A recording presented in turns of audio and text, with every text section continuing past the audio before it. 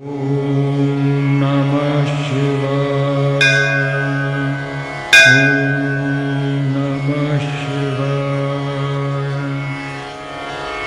ओम नमः शिवाय। ओम नमः शिवाय। ओम नमः शिवाय।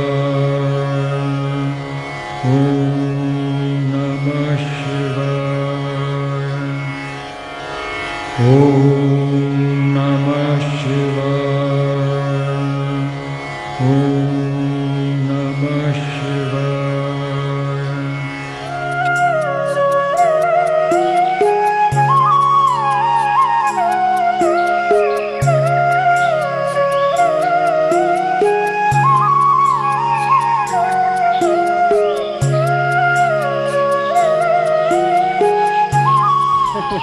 काय पिल्लम भट, कुठं चाललात?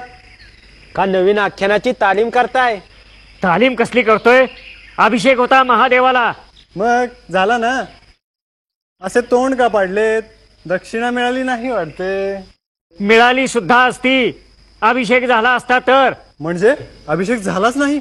राव साहेबांचा दिवटा पुंडलिक या नगरीत असताना कुठलंही कार्य निर्विघ्नपणे पार पडलंय का? आता काय केलं पुंडलिकानं? आता काय सांगू? अहो, रुद्राभिषेकासाठी दह्या दुधानं भरलेले रांजण आणले होते मी. पोरांचा घोळका आला आणि त्या नतद्रष्टांनी सगळं काही फस्त केलं. काय सांगताय काय? हे अतीच झालं बरं का पुंडलिकाचं. परवा त्या सोपांच्या शेतात गुरं सोडली. अहो, रोजच झालंय हे. लोहदिंडीच्या ग्रामस्थांना या दिवट्याचा त्रासच होतोय. अगदी हाताबाहेर गेलाय. अहो, पण असं तुम्हाला वाटतंय ना? जानुदेवरावांना तसं वाटत नाहीये ना?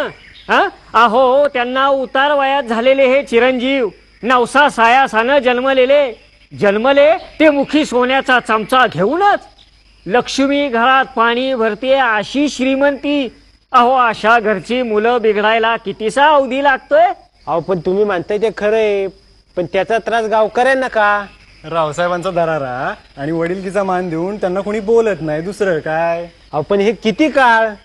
कुणीतरी त्यांच्या नजरेस आणून द्यायला हवं. कुणीतरी कशाला? चला, आपणच त्यांच्या नजरेस आणून देऊ. चला. असं म्हणतोय? हा? चला चला.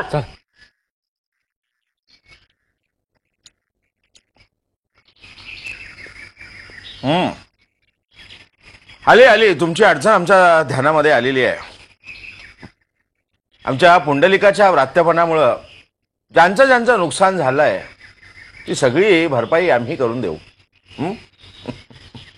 अहो, ऐकलत का?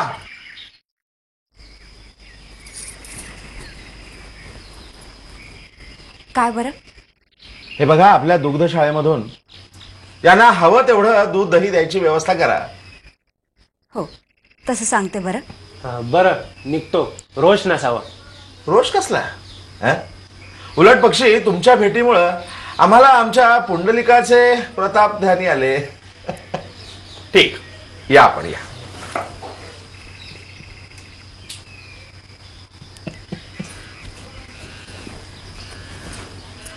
काय म्हणावं बाई या पुंडलिकाला? किती खोड्या करतो. त्याचं बालपण संपणार तरी कधी? रोज कुणाची ना कुणाची तक्रार येते. हसताय काय तुम्ही? याची दखल घ्यायला नको का? घ्यायला तर हवीच, पण आम्ही हसतोय ना ते वेगळ्या कारणासाठी नाही. म्हटलं, लहानपणी आम्ही सुद्धा असेच खोडकर होतो. अहो, एकुलता एक मुलगा आहे आपला, अशाने वाह्यात व्हायचा. असं कसं म्हणता? असा वारा वाह्यात होईल तो? आपला मुलगा आहे तो. आपण त्याच्यावर एवढे चांगले संस्कार केले, फुलासारखा जपला त्याला, ते उगाच. खरं तर या वृद्धत्वामध्ये तोच तर आपला आधार आहे. आई, बाबा, आई, मला खूप भूक लागली ग. का? देवळातले दह्या दुधाचे रांजण कमी पडले वाटतं. पोट भरलं नाही? बातमी इथपर्यंत पोचली म्हणायची. पण मला सांग आई, महादेवाच्या पिंडीवर दही दूध वाया जाण्यापेक्षा ते गोरगरिबांच्या पोटात जावं म्हणून मी मित्रांना वाटलं. काय चुकलं का माझं? बघा, मी म्हटलं नव्हतं. पण बाळ पुंडलिका, इतरांना त्रास होईल असं आपण वागू नये. आपल्याला काय कमी आहे रे, सांग ना.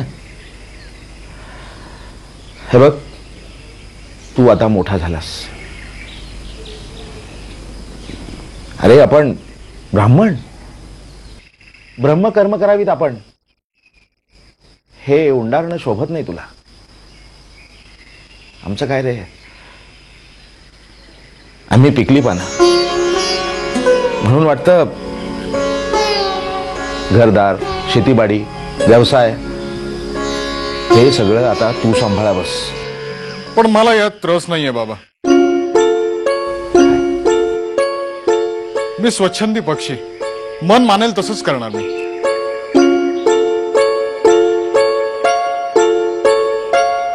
आता काय करायचं हो? कसा बोलतोय पहा हा मुलगा. खरंय, मला वाटतं त्याच्यामध्ये संसाराची गोडी निर्माण करायला हवी. ते कसं जमणार? हो, लग्न लावून देऊ त्याचं, म्हणजे येईल आपोआप तळ्यावर. काय अगदी योग्य बोललात. मी देखील सोनमुख बघायला अगदी उतावीळ झाली. मग उशीर कशाला, लागा तयारीला.